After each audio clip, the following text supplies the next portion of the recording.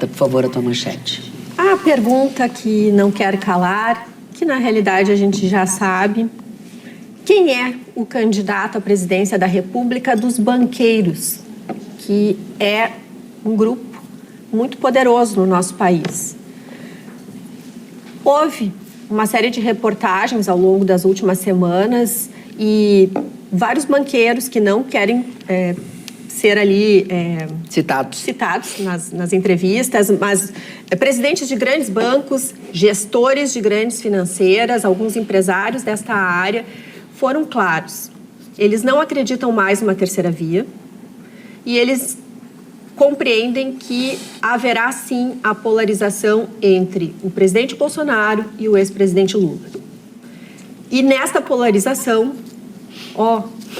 eles obviamente vão votar no Lula e vão apoiar o Lula.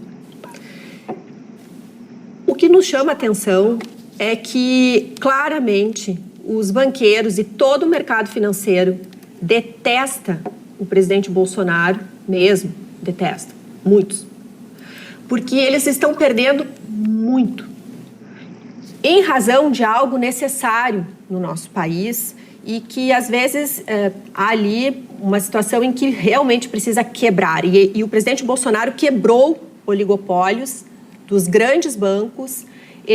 Todo o dinheiro, por exemplo, que são já milhões diários que corre pelo Pix, não passa pelo sistema bancário. Os bancos não têm lucro sobre o dinheiro que é gerado e trocado e transacionado no Pix. Só um exemplo.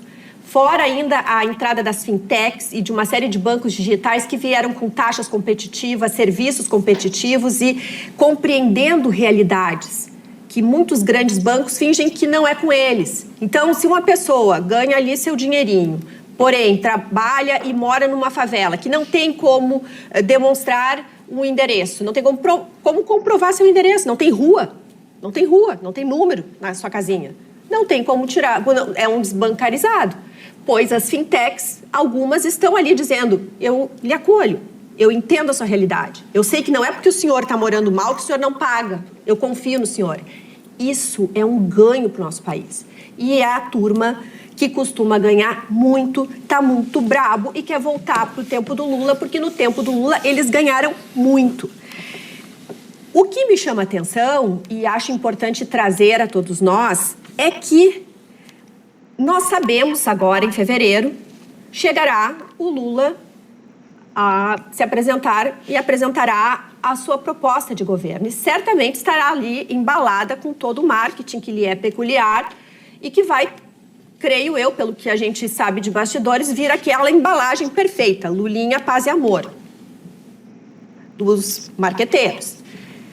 Mas se a gente agora presta atenção no que vários integrantes do Partido dos Trabalhadores têm oferecido às mídias, e grandes mídias, está aí, qualquer um pode ver, a gente percebe a diferença do que é o tal do plano de governo e do projeto de poder da esquerda, do PT. A senhora Gleisi Hoffmann veio a público e disse que não haverá nenhuma carta aos brasileiros do presidente Bolsonaro. Lembrando que em 2003, o presidente Bolsonaro precisou fazer essa carta aos brasileiros, dizendo como ele vinha com um discurso muito radical e nunca vencia as eleições. Quando ele moderou seu discurso, ele venceu as eleições. E aí, ele precisou dizer ao mercado, olha, eu vou cumprir contratos. Então, a senhora Gleisi disse que não se comprometerá, o PT não se comprometerá a honrar contratos e a moderar-se na condução de uma política econômica. E ela, inclusive, diz que vai romper teto de gastos, pretende-se romper teto de gastos, vão rever todas as privatizações, rever inclusive a autonomia do Banco Central, que é algo que os incomoda muito. Claro, eles precisam servir aos banqueiros. Enquanto tem uma autonomia do Banco Central, a competição dos bancos com as fintechs e que beneficia todos nós vai continuar e vai até aumentar, porque tem ali toda uma estratégia. Então, eles querem destruir os pilares da responsabilidade fiscal. Gleisi Hoffmann. José Genuíno também veio, numa entrevista a um site petista, disse o seguinte, ele propõe uma ampla reforma militar. Ele quer eliminar o artigo 147 da Constituição Federal, que garante a tutela militar sobre o Estado.